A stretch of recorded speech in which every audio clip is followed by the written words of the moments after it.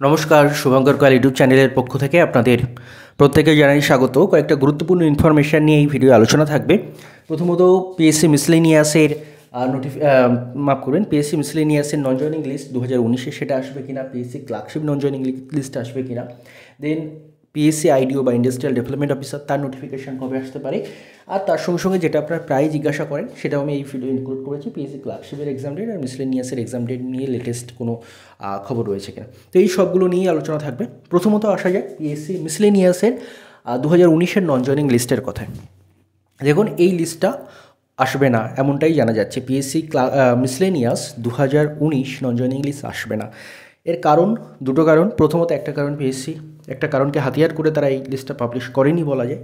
সেই কারণটা কি? সেই কারণটা হলো পিএসসি যেটা বলেছিল বা বিভিন্ন মাধ্যম থেকে আমরা জেনেছিলাম, পিএসসি বলেছিল বলে তো অফিসিয়ালি কোথাও বলেনি, এটা বিভিন্ন মাধ্যম থেকে আমরা জেনেছিলাম যে মিসলেনিয়াসের নন জয়নিং লিস্ট এই কারণে প্রকাশিত হবে না, কারণ যার একবার যখন রেজাল্ট পাবলিশ হয়ে গেছে, কিছুজন জব পেয়ে গেছে এবং তাদের বিভিন্ন ভাগ থাকে, কেউ একটু হায়ার র্যাঙ্কে পেয়েছে, কেউ তার থেকে একটু লোয়ার র্যাঙ্কে পেয়েছে। এবার নন জয়নিং লিস্ট যখন প্রকাশ হবে তখন কি হবে না, কম র্যাঙ্ক করেও কেউ হায়ার র্যাঙ্ক পেয়ে যেতে পারে। অর্থাৎ মনে করুন যে ফার্স্ট লিস্টে পেয়ে গেছে, তার নিচের দিকে সেই লিস্টে তার একটু তুলনামূলক খারাপ পোস্ট এসছে, কিন্তু নন জয়নিং লিস্ট প্রকাশ করার পরে এমন হতে পারে যে নন জয়নিং লিস্ট প্রকাশের পর সেখান থেকে একজন সেই মানুষটা থেকে আরও বেশি ভালো পোস্টে চলে গেল। তো এই একটা কারণ পিএসসি দেখিয়েছিল। যাই হোক, সেই কারণকে হাতিয়ার করেই ওরা বার করেনি। এখন যেটা জানা যাচ্ছে সেটা হচ্ছে পিএসসি মিসলেনিয়াস 2019-এর প্যানেলের ভ্যালিডিটি ডেট শেষ হয়ে গেছে। আবার রিপিট করছি, পিএসসি মিসলেনিয়াস 2019-এর প্যানেলের ভ্যালিডিটি ডেট শেষ হয়ে গেছে। আচ্ছা, তার আগে বলে নেওয়া ভালো এই খবরগুলো কোত্থেকে পাওয়া। এই খবরগুলো পাওয়া পিএসসির প্রাক্তন শ্রদ্ধেয় স্যার তার ইউটিউব চ্যানেলে বিভিন্ন স্টুডেন্টদের উত্তর দিতে গিয়ে এগুলোই বলেছেন, এবং সেখান থেকে আমি কিছু ইনফরমেশান তুলেছি এবং বাকিগুলো অন্য জায়গা থেকে ইনফরমেশানগুলো দেওয়ার চেষ্টা করছি। তো প্রথমত, এবং কিছু নিজের সাম্প্রতিক ঘটনাবলীর ওপর লক্ষ্য রেখে সেখান থেকেও বলার চেষ্টা করছি। তো এই হচ্ছে দুটো কারণ।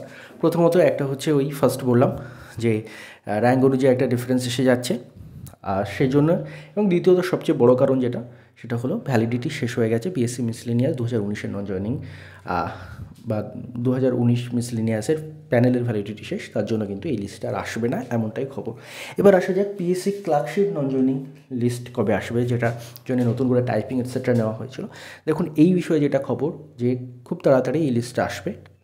পিএসসি ক্লার্কশিপ 2019 নন জয়নিংয়ের যে ফার্দার যে লিস্টটা, সেই লিস্টটা কিন্তু খুব তাড়াতাড়ি আসবে এবং কিছুদিনের মধ্যেও আপনারা হয়তো লিস্টটা পেয়ে যাবেন। আপনারা বহুজন জিজ্ঞাসা করেন এটা, তো আশা করি উত্তর পেয়ে গেছেন। এবার আসা যাক যে নতুন নোটিফিকেশান আমি আপনাদের জানিয়েছিলাম একবার যে পিএসসি আইডিও একটা নতুন নোটিফিকেশান আসতে চলেছে, পিএসসি ইন্ডাস্ট্রিয়াল ডেভেলপমেন্ট অফিসার।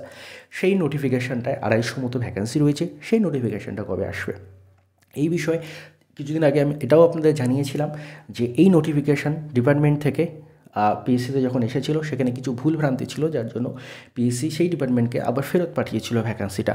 তো এখন যেটা খবর যে সেই ভ্যাকেন্সিটা কিন্তু আবার সেই যে ভ্যাকেন্সি এসেছিলো সেখানে যে ভুল ছিল, রোস্টার সংক্রান্ত সেটা কিছু ভুল ছিল, সেগুলো কারেকশান করে আবার কিন্তু ডিপার্টমেন্ট থেকে পিএসসিতে এসেছে, অর্থাৎ নোটিফিকেশান বের করার আর কোনো বাধা নেই। এবার বাধা একটা রয়েছে, সেটা আপনারা আশা করি জানেন প্রত্যেকে, যে পিএসসিতে বর্তমানে ভেন্ডর নেই বা এজেন্সি নেই যারা এই এক্সাম কন্ডাক্ট থেকে শুরু করে সমস্ত কাজগুলো করে।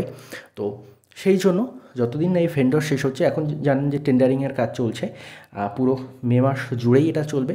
আমরা আশা করব মে মাসের মধ্যে যদি কমপ্লিট হয়ে যায় তাহলে কিন্তু এই টেন্ডারিং প্রসেস বা এজেন্সি নিয়োগ যদি তাড়াতাড়ি হয়ে যায় তাহলে কিন্তু আমরা আশা করতে পারি যে জুনে কিন্তু এই পিএসসি আইডিও বা পিএসসি ইন্ডাস্ট্রিয়াল ডেভেলপমেন্ট অফিসারের নোটিফিকেশানটা আসতে পারে। আবারও বলছি, এটার উপর কিন্তু সম্পূর্ণ ডিপেন্ড করছে পিএসসির এজেন্সি কবে ঠিক হচ্ছে। পিএসসি যদি এজেন্সি ঠিক হয়ে যায়, যদি টেন্ডারিং কোম্পানি ভরে এবং কোম্পানি সিলেক্ট হয়ে যায়, পিএসসি নতুন ভেন্ডর পেয়ে যায়, তাহলে কিন্তু জুন মাসের দিকে কিন্তু এই আইডিওর নতুন নোটিফিকেশানটা কিন্তু আসতে পারে। অর্থাৎ টেন্ডারিং প্রসেস কমপ্লিট হয়ে গেলে কিন্তু আসতে পারে বলে মনে হয়। সবটাই ডিপেন্ড করছে পিএসসির এখন টেন্ডারিংয়ের প্রসেসের ওপর।